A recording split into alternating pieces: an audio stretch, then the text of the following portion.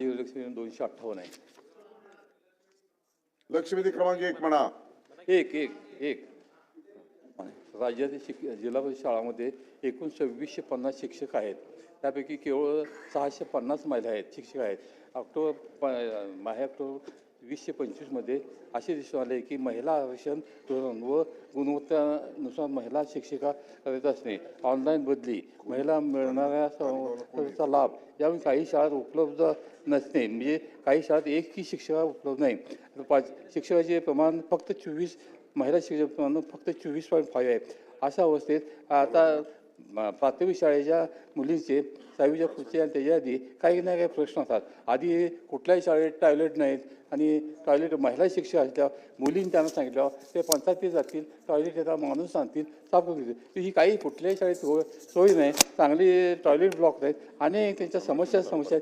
त्या समस्या ऐकून घ्यायलाही कोण नाही. आणि हे अशा असताना मंत्री महोदयांनी मला जे उत्तर दिलं आहे ते सगळं वेगळं दिलं आहे. ते म्हणतात शिक्षक भरती पवित्र पोर्टलमार्फत घेतली जाते, शिक्षण अभियंता व बुद्धिमत्ता प्राप्त गुणांचं घेतलं. आमची नवीन शिक्षक घ्या अशी मागणीच नाही आहे. त्यातले शिक्षक प्रत्येक शिक्षिका त्या प्रत्येक शाळेत द्या, मुलीची संबंधित जे समस्या कशी सुट्टी दे बघा, एवढीच मागणी आहे. असं असताना नको त्या उत्तर देऊन याचा काय उपयोग आहे? तेव्हा हे दिलेलं उत्तर मला मान्य नाही आणि जी आमची मागणी आहे त्याची विसंगत असं मला मागणी आमची आहे, त्याप्रमाणे द्यावाशी माझी विनंती आहे.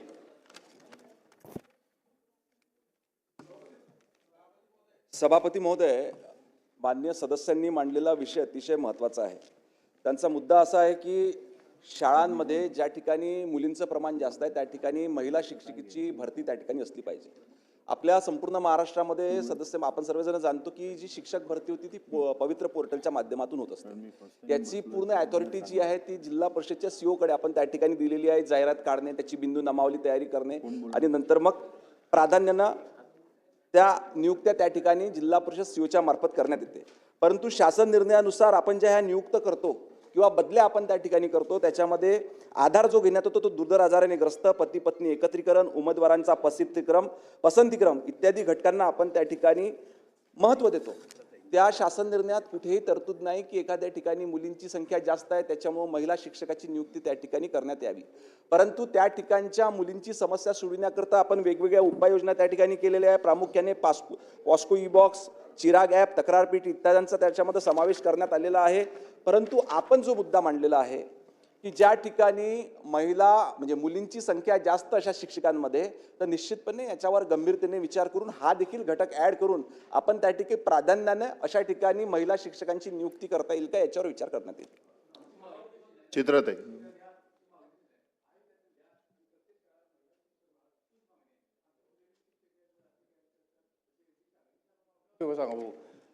धन्यवाद सभापती महोदय. अतिशय महत्त्वाचा आणि गंभीर असा हा प्रश्न आहे.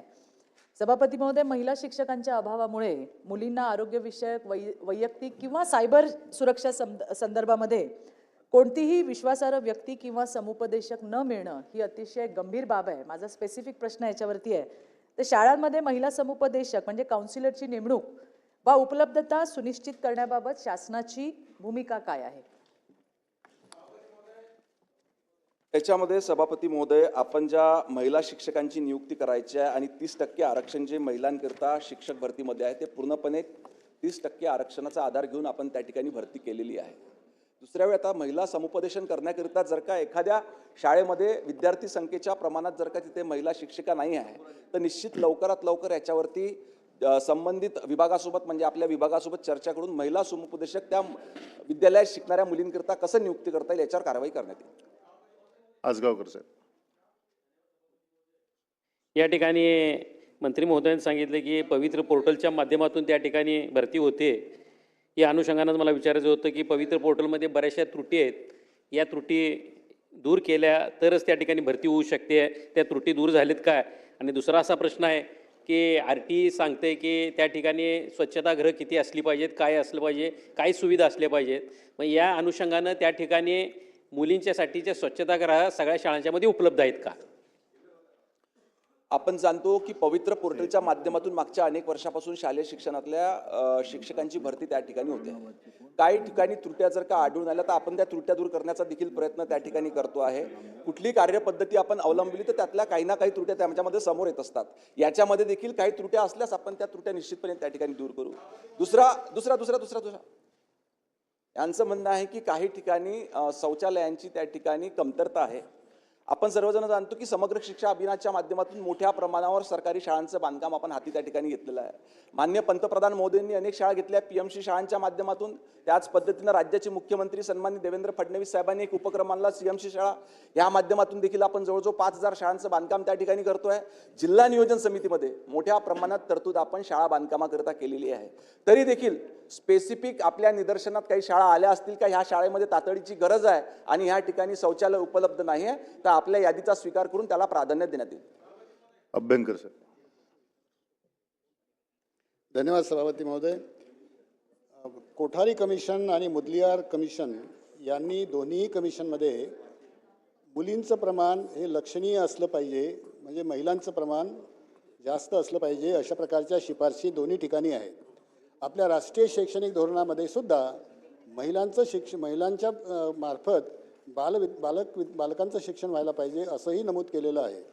याच्याशिवाय पाश्चिमात्य देशामध्ये टीचर हे फेमिनाईन जेंडर आहे, हे मॅस्क्युलाईन जेंडर नाही. हे स्त्रीलिंगी म्हणूनच वापरलं जातं.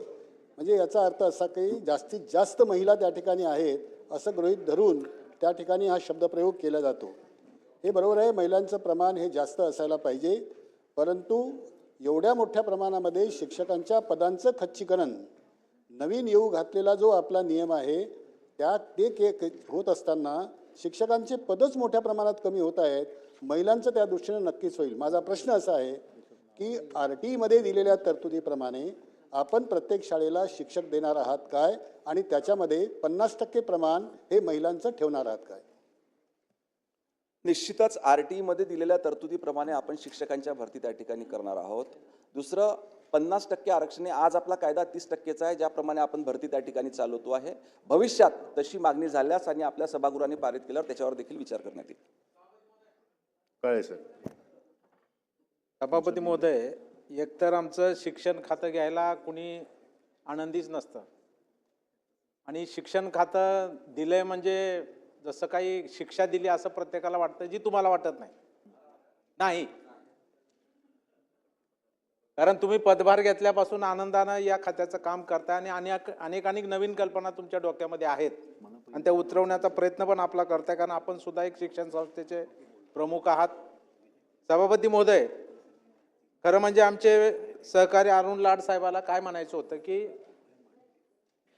नवीन शिक्षक भरती पवित्र पोर्टलच्या माध्यमातून होते. आपण त्याला आरक्षण नियमानुसार लागू केलंय. महिला शिक्षकही त्याच्यामध्ये आहेत. पुन्हा जात न्याय इतर पण आरक्षण आहे. परंतु आता जे काय आपल्या हातामध्ये आज काय भरती पवित्र पोर्टलमधून असल्यामुळं आपल्या हातात नाही की ते जेवढी टक्केवारी आहे तेवढ्याच महिला येतील, हे मान्य आहे. पण आता जिल्हा परिषदेच्या ज्या शाळा आहेत ते संख्या जास्त आहे खाजगीपेक्षा. हे राज्यामध्ये प्राथमिक शाळा आहेत.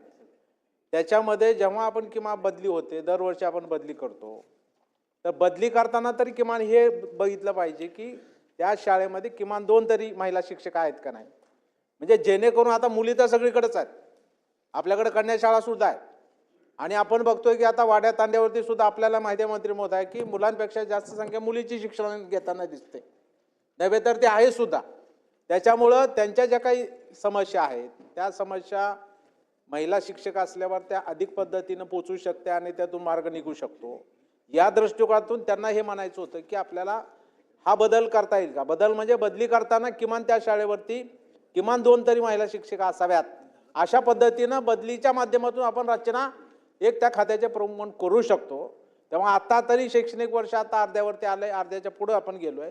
आता ते करता येणार नाही, पण पुढील शैक्षणिक वर्षापासून तरी हा कटाक्ष आपल्याला घालता आला तर मला वाटतं एक नवीन पद्धती त्याच्यामध्ये येईल आणि सर्व शाळेवरती महिला शिक्षिका ह्या मिळू शकतील आणि ज्या उद्देशाने ही लक्षवेधी लाडसाहेबांनी मांडली त्याला न्याय मिळण्याचं काम होईल. ते आपण किमान पुढील शैक्षणिक वर्षापासून करणार का. दुसरा महत्त्वाचा मुद्दा आहे की आता इथं आपण स्वच्छतागृहाच्या बाबतीमध्ये बोललेलो आहात, तुम्ही सांगितलं की करतोय वगैरे. पण मूळ प्रश्न जो आहे तो खाजगी माध्यमांच्या शाळांचा आहे. त्याच्यामध्ये प्राथमिक शाळा आहेत, माध्यमिक शाळा आहेत, उच्च माध्यमिक शाळा आहेत. आता आपण हे शासनाच्या जिल्हा परिषद स्थानिक स्वराज्य संस्थांच्या शाळांना अनुदान देतोच, इतर खर्चासाठी सानुग्रह अनुदान देतोय. पण खाजगी संस्थेच्या शाळांना आपण काय देतोय, तर आपण त्यांना 12% वेतनाच्या दरवर्षी देत होतो. आता 12%ची कपात करून सुद्धा आपण ते 5%वर आलो. म्हणजे 4% वेतनेतर अनुदान आणि 1% इमारत भाडं, असं 5% आपण त्यांना खर्चासाठी देतोय. ते पण वेळेवरती मिळत नाही. मंत्री महोदय, तुम्ही त्याच्यामध्ये लक्ष घालावं. आपण अभ्यास व्हात. किमान हे 5% जे खर्च आपण देतोय वेतनेतर अनुदान म्हणून, ते तरी दर वर्षाला मिळालं तर किमान त्या संस्था, त्या शाळा हे टॉयलेट्स बांधू शकतील, स्वच्छतागृह बांधू शकतील आणि ह्या भौतिक सुविधा त्या ठिकाणी निर्माण करू शकतील, जे आपल्याला खर्चाला त्या ठिकाणी देय आहे. तेव्हा आपण आज राज्यामध्ये 2008 नंतर, मंत्री महोदय आपलं लक्ष वेधू इच्छितो या महत्त्वाच्या प्रश्नाकडे. 2008 पासून, कारण आपण हे 5% वेतनाचं अनुदान कुणाला देतो, टप्प्यावरल्या शाळेला देत नाही. ज्या शाळा 100% अनुदान आलं त्याच शाळांना आपण हे वेतनेतर अनुदान देतोय. पण 2008 नंतर ज्या काही शाळा 100%वर आल्या त्यांना आजपर्यंत सुद्धा ते अनुदान मिळत नाहीये. या प्रश्नाकडे मी आपलं लक्ष वेधतोय. तेव्हा आपण लक्ष घालून 2008 नंतर ज्या शाळा 100%वर आल्या त्या सगळ्यांना वेतनेतर अनुदान देण्याचा निर्णय करणार का, हा माझा एक प्रश्न. दुसरा प्रश्न, आज सुद्धा सभापती महोदय की हे वेतनेतर अनुदान मिळत नसल्यामुळे, कारण ह्या शाळा शासन मान्य असल्यामुळे कुठली फी आपल्याला विद्यार्थ्याकडून घेता येत नाहीये. त्यामुळं यांना कुठलंही उत्पन्नाचं साधन या शाळा नाही का नाही. इंग्रजी शाळा फी घेतात, त्यांना ते साधन आहे, त्याच्यामुळे त्यांच्या शाळा टापटीप आपल्याला बघायला मिळतात. पण ह्या खाजगी माध्यमातील शाळा, आज महाराष्ट्र शासनाचा एवढा मोठा बोजा, एवढ्या शाळा तुम्हाला सुरू ठेवायला लागल्या असती तर करोडो रुपये बोजा तुमच्यावरती आला असता. पण हा भार खाजगी शिक्षण संस्था चालकांनी उचललेला आहे. ही जाणीव आपण ठेवली पाहिजे आणि किमान त्यांच्या नाही तर विद्यार्थ्यांच्या हिताच्या दृष्टिकोनातून हे जे काही वेतनेतर अनुदान आहे ते दरवर्षी वेळेवरती मिळावं, 8 नंतर त्यांना सुद्धा मिळावं. या बाबतीमध्ये निर्णय करार का. आणि मगाशी जो पहिला प्रश्न परत अधोरेखित करतोय की पुढच्या वर्षीपासून तरी किमान या शिक्षकाच्या बदल्या होत असताना प्रत्येक शाळेला किमान 2 तरी महिला शिक्षिका मिळाव्यात. या बाबतीमध्ये काही SOP, ज्याला आपण म्हणतो कार्यप्रणाली मराठीमध्ये, ती राबवली जाईल का. हे माझे अतिशय मुद्देसूद आणि कंसात स्पेसिफिक 3च प्रश्न आहेत. सर्वात पहिले तर ज्येष्ठ सदस्य विक्रम काळे साहेबांचा आभार व्यक्त करतो की त्यांनी सांगितलं की मला आनंद झाला जेव्हापासून मी याचा प्रभार घेतला. याचं कारण असं आहे काळे साहेब, कारण आपण आनंददायी शिक्षणाची सुरुवात 2024 पासून त्या ठिकाणी केलेला आहे. त्याच्यामुळे मी तर आनंदी आहे, राज्यातले विद्यार्थी देखील आनंदी आहे.